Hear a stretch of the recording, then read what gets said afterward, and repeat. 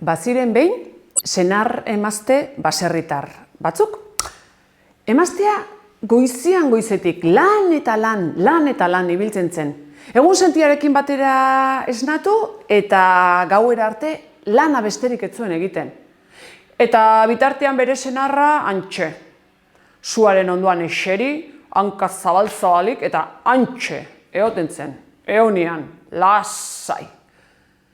Emaztea ja nazka eginda zegoen bere senarrarekin. Dalako batean esan zion, bueno, eizu zerbait behintzat, zoaz gaur, zoaz basora eta ekarri egur pixkat. Eta senarrak, alako batean, altxazan eserita zion lekutik, jeitzi izan ikujura. Prestatu zituen egurra ekartzeko bertzituen guztiak, goiz erdia behar izan zuen, astoa behar bezala prestatzeko. Eta bukatu zuenean, han astoa hartu eta hantxe joan zen. Basora, totx, goazen. Iritsi zen, halako batean, basora gure gizon hau. Eta hantxe ibili zen, zuhaitzak aukeratzen, hau ez, hau beste hau ere ez, beste... Eta azkenerako, egokiena iruditu zitzaion aurkitu zuenean, igo zan, zuhaitzera. Eta eseri zan, adar hartan, zerra eskuan hartuta.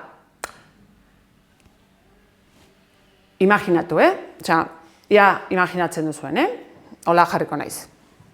Zuhaitza, hemen, bai? Adarra, eta bera, adarrean, eserita. Zerra, eskuan, bai? Zuhaitza, adarra, eta hasi zan, gure baserritarra. Rix.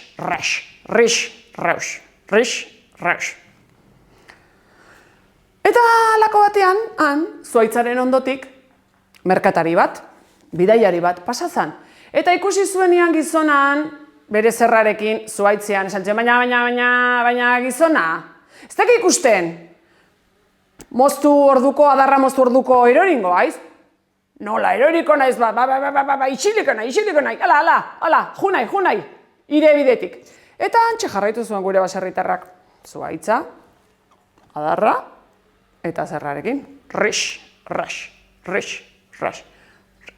Eta lago batean, adarrak puskatu eta txop! Adarra baino lehenago iritsi izan baserritarra lurrera. Eta ondoren, adarra. Eta hantxe, gure baserritarra lurrean zegoela zan. Baina, asmatu indu? Zuhaitzetik eroriko nintzela asmatu du bidaiariak? Eta alatxe hasi zan, bidaiarian, merkatariaren atzetik korrika. Gizon, itxoin gauza bat. Asmatzailea zara? Zer gertatuko den asmatzen duzu, etorkizuna iragartzeko gai zara? Nik? Baina, ze esaten naizia? Oraintxe bertan esan diazu, zuhaitzetik eroriko nintzela, eta zuhaitzetik erori naiz. A ber, gizon, ez da oso bizkorra izan behar hori jakiteko. Bai. Etorkizun asmatzen duzu eta galdera bat ingo dizut. Noiz hilko naiz? Baina, gizon, nola jakingo ni zer daki noiz hilko zen? Bai ez ba, etorkizun asmatzen zula eta esaidazu, noiz hilko naiz? Baina, gizon, ez da, baina. Eta holako tabarra eman zion baserritarrak, azkenean merkatariak esan ziola isiltzeko edo, bueno, zure astoak 3 puskar botatzen ditunean, hilko zea. Bueno, begira, behintzat badakit, noiz hilko naiz, aizu? Eta, halaxe, merkataria joaten utzi, eta baserritarra berriro ere zuhaitzera itzuli zen, eta hantxe, eroritako adarra txukunduzun pixkat, eta astoa moldatu zuen, eta halako batean etxera itzultzeko ordua iritsi zen. Eta hantxe joan baserritarra pospozik, zekielako noiz hilko zen. Eta halaxe joan bere astoarekin etxerantza batean, astuak, lehengo puzkarra bota zuenean, jontxo, esan zuen baserritarrak.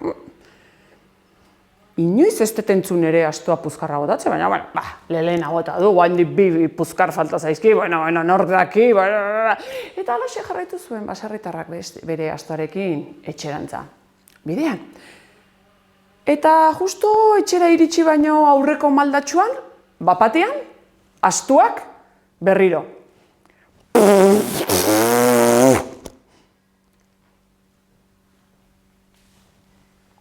Kontxo, bigarren puzkara, gure asto honek.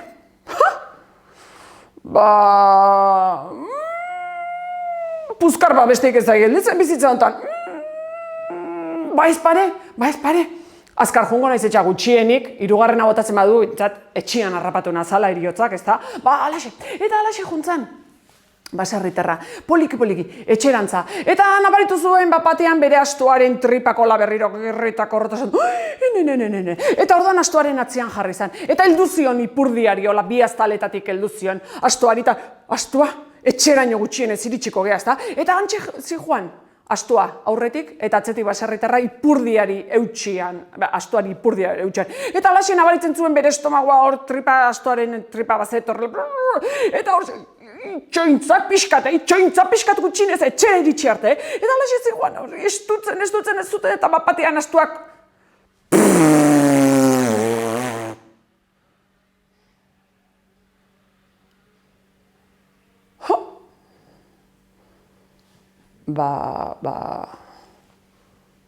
Hilin beharko naiz, ez? Hirugarren puzkarra bota du. Ez dakipa. Bailan hau, haizu? Zinguet? Lurrian etzangon beharko naiz gutxinez, ez? Eta alaxe, baserritara. Etxera iritsi baino pixkat aurreko malda hartan, lurrian etzan, eta antxe gelditu zen. Astua iritsi zen baserrira. Eta etxeko Andreak ikusi zuenean astua ikujura sartzen esan, baina gure gizon hau, nun ibilikote da gure gizon hau. Eta arratsalde pasa eta ja iluntzen hasi zuen, da ja pixkak eskatzen hasi zen Andrea, eta santu, bueno, senarran bila joan beharko, Eta alaxe baserritik irten, tantxe aurkitu zuen bere senarrantxe, lurrian, botata, zabal, baina, zeitea zuen benta?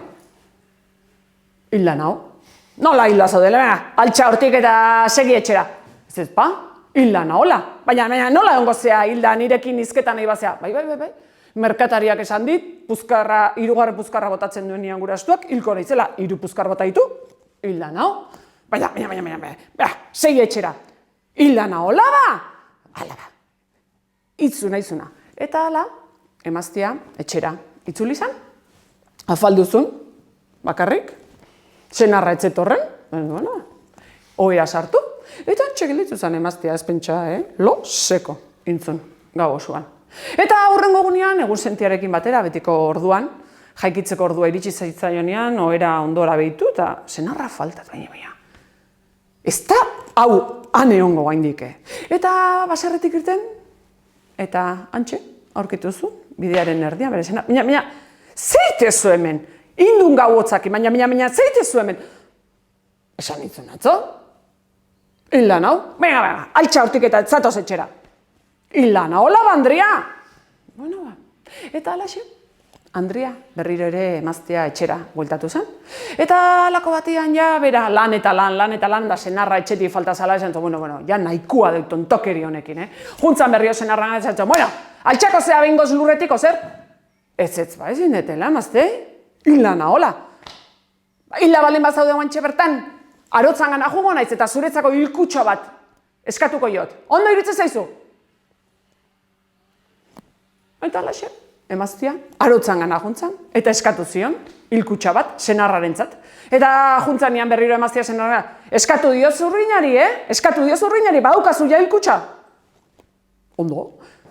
Eta alaxe, desesperatuta, alako batean Andreak esan zen, benetan hilda zaudela? Bai, ez tezu ikusten, Eta prestatu beharko dugu orduan zuria. Eta alaxe, bialdu zituen emazteak 4 inguruko baserritako 4 auzoko, eta alaxe, kutxa, egurrezko kutxarekin bertara jun, sartu zuten gizona kutxan, eta etxera eraman zuten, tantxe jarri zuten, hilkutxa, baserriko salaren erdian.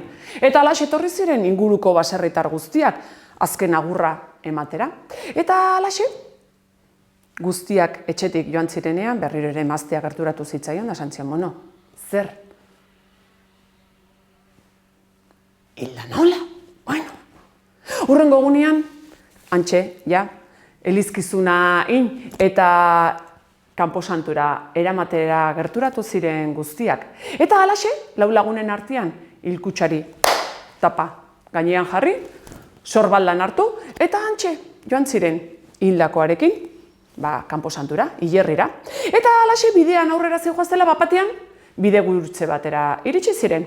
Eta hantxe bidegurutzean zijoaztela kutxa sorbaldan zeramakin batek esan zuen, bueno, ezkerreko bidetik ez da, da bestiak esan zuen, ez, eskubitik, eta baina nola, ez, motxagoa da ezkerreko bidea, ez eskubiko bidea luzeagoa da, hantxe hasi ziren, laurak elkarrekin eztabaidan. Eta halako batean ja gure baserritarrak kutxaren barruan nazka inda zehola esan zen, bueno, gauza bat esango izuet, ni bizirin egonian behintzat ezkerreko bidetik juten nintzen. Eta kutxa zeramaten lauak hori entzuntzuten nian, hildakoa hizketan entzuntzuten nian, izugarrizko sustu hartuta bota zuten kutxa airian, eta hantxe, bof!